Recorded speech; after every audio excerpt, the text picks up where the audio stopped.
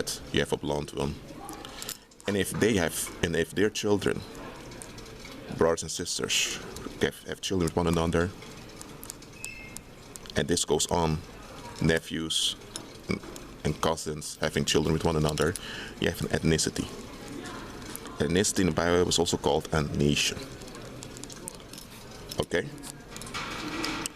So a nation are a group of people that procreate exclusively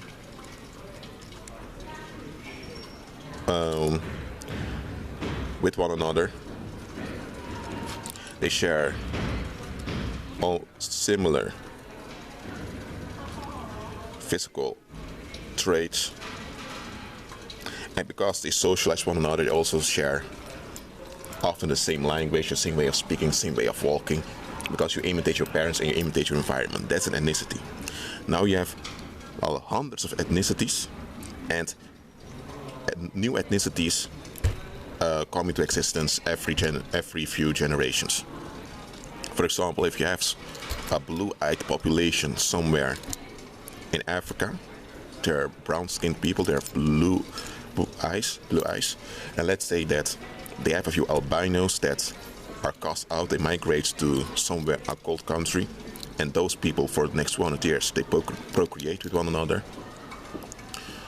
That's a new ethnicity. Now they're still human, they're still part of the seed of man, but they're a different ethnicity. And new ethnicities can come into existence at any time. Okay? So I just wanted to point that out. If you're from the seed of man, you are part of mankind. That's it. But hold on. Here. Oh, okay.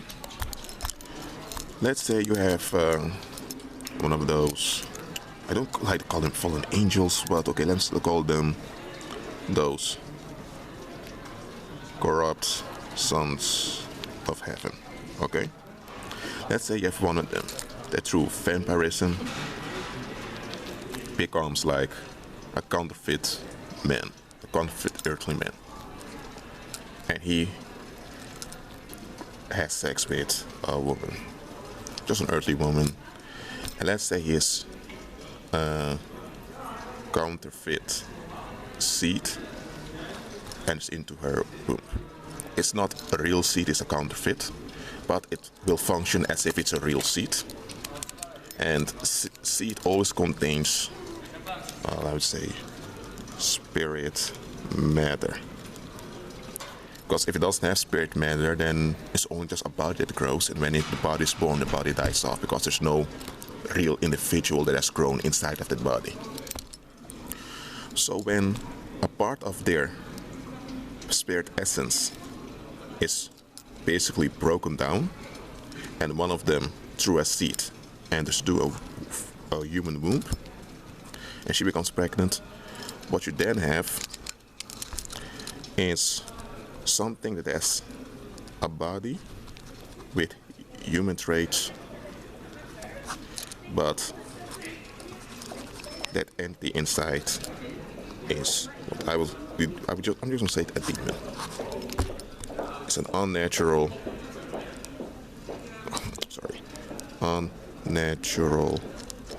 entity.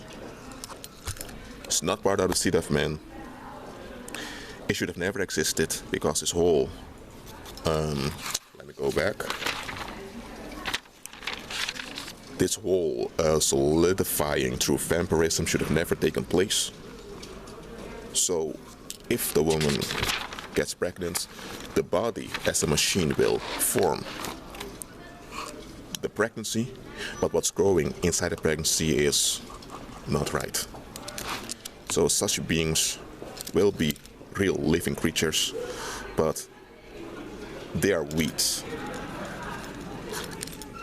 Okay? They shouldn't be around. And just hold on a minute. I need to log in again.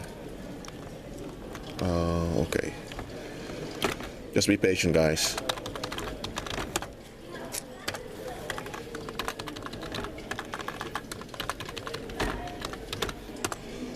Alright. Remember what I've just said. Those Okay, let me go here. Those sirens, those sea creatures. This is just an artist's impression. It's not a real picture, but you can already see that. Those sirens, they are Nephilim. They are sea Nephilim. Because besides women, human women, some of those corrupt heavenly sons, they also went after reptiles, some after horses, and they produce hybrids over there also. And this dude over here, he had an interest in octopus. And why am I mentioning that? Because, okay, let me just type it in again.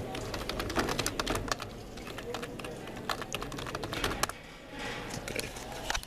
Why am I mentioning this? Oh no, I'm not going to show all of that over here. Okay. In Japan, you still have this cult. You have had it throughout the ages that in their rituals they have sex with octopuses. You can see it here. This is an old Japanese. It's a picture, a painting, text written in Chinese characters and old Japanese. And you can see it here. A woman having sex with an octopus. You also have the male counterpart when men do it.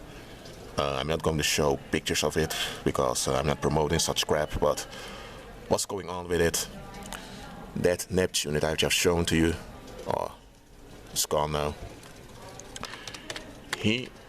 Remember, he was an heavenly creature, heavenly being, a son of heaven that became corrupt, and he was basically fleeing from the presence of the Most High because he was operating in darkness. But he decided to hide in the oceans. He was comfortable over there, and he began to have his affections towards octopuses. And out of that, you had a variation of hybrids coming forth. One of them were the sirens. So now you know where they're from. But as I mentioned before, this creature over here is with retirement. It's this thing over here. Again, it's an artist's impression.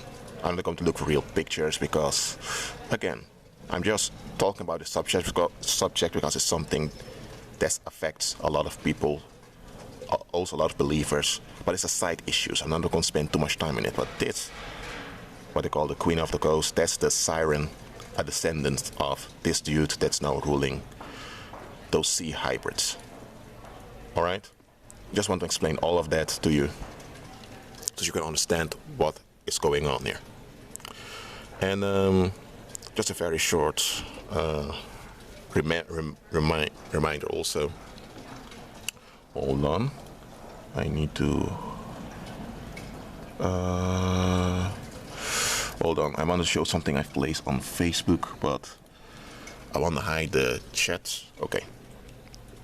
This is a Facebook post that I've posted. And I basically spoke about where this whole idea of the white man comes from. And this Pythagoras, this is Ptolemy, who was one of the generals of Alexander the Great. Alexander the Great founded the Greek Empire. Over here, by the way, Alexander was a Nephilim himself.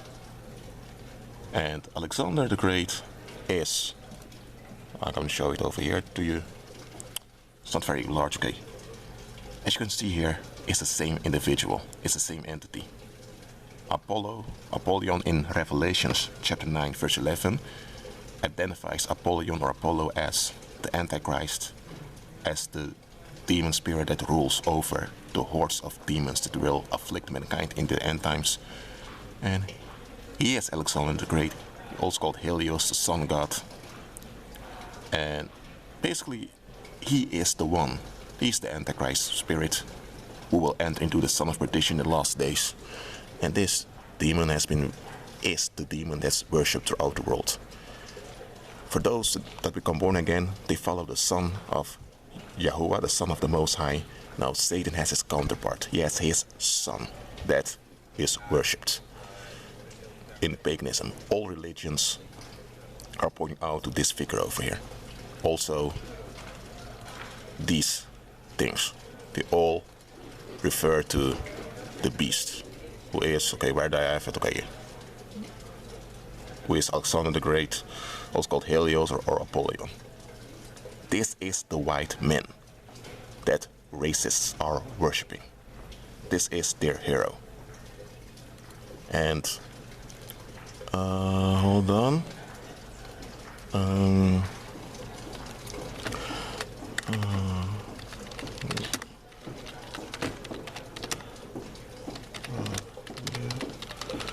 not sure if you've noticed this, but just want to point it out to you. This Statue of Liberty is Apollo, also called the Antichrist, the beast from the pit. According to the book of Revelations, he's the second to the devil himself in the powers of darkness. I won't say the kingdom of darkness because I don't want to give them that credit. And so here it is. It's an androgynous image that promotes transgenderism. Just look at there. Because this entity used to shapeshift, turn his physical body into that of a female and back. So that's why this whole late transvestite mania, it has to do with worshipping the beast. So now you know that also.